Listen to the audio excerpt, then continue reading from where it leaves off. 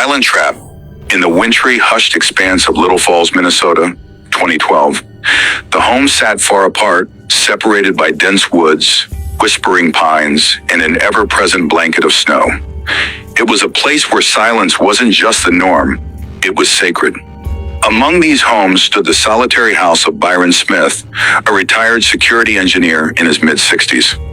Byron was the type of neighbor who blended into the background. He rarely waved, seldom engaged in small talk, and was often spotted meticulously tending to his property, his lined face betraying years of brooding solitude.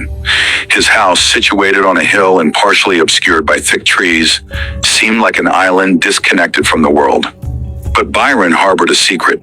Beneath his quiet demeanor and the unassuming exterior of his home was a man consumed by paranoia. He was convinced that the world outside his walls was closing in, one theft, one trespass at a time. Over the past year, there had been a string of break-ins in the neighborhood.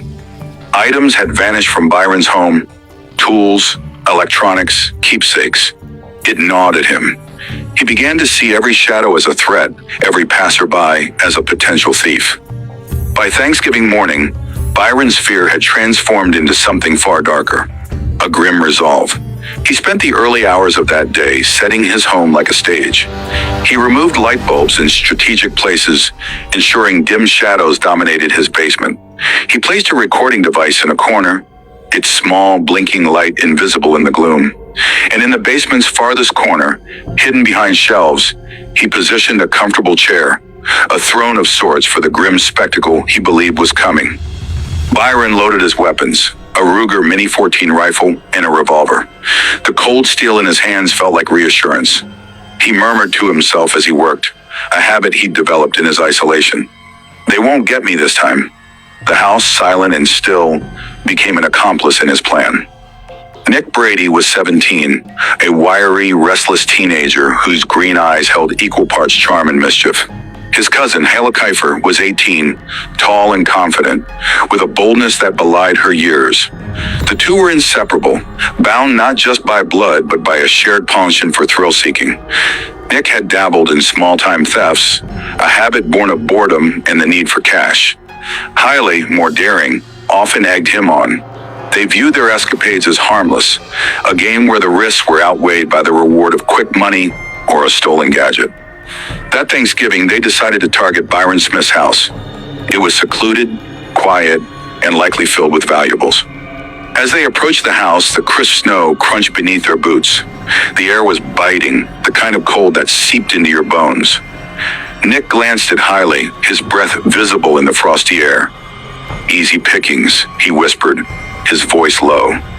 Hailey smirked and nodded. The two circled the house, their movements cautious but not careful enough. They didn't notice the faint light from a window where Byron sat waiting. Nick found a basement window, partially obscured by snow.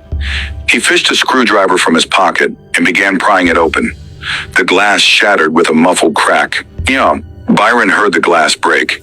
His breath quickened, but he remained still, his eyes fixed on the basement door. The recorder, perched nearby, captured every sound. The creak of footsteps, the faint crunch of snow being brushed aside. Nick climbed through the window, his movements slow but confident. He landed with a soft thud on the basement floor. The room was dim, the air heavy with dust and cold.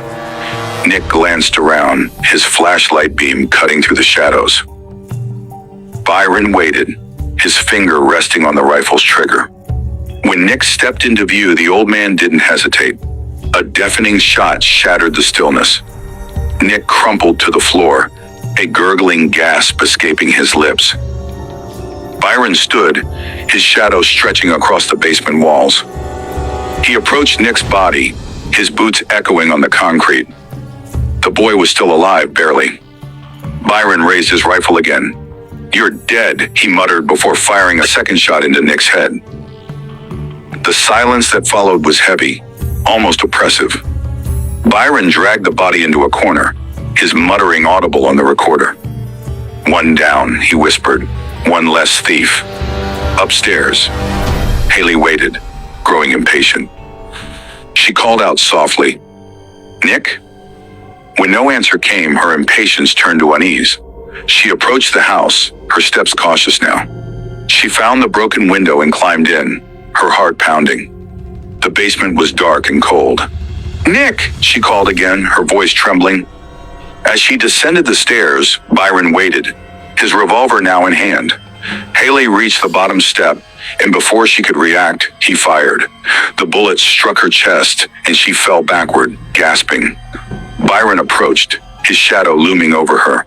Haley was still alive, her breath shallow and rapid. She tried to speak, but no words came. Byron fired again and again, until the room fell silent once more. Byron didn't realize how much the recorder had captured.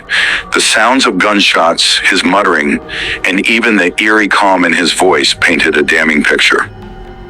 When the police arrived, summoned by a concerned neighbor who heard the shots, Byron's calm demeanor quickly unraveled.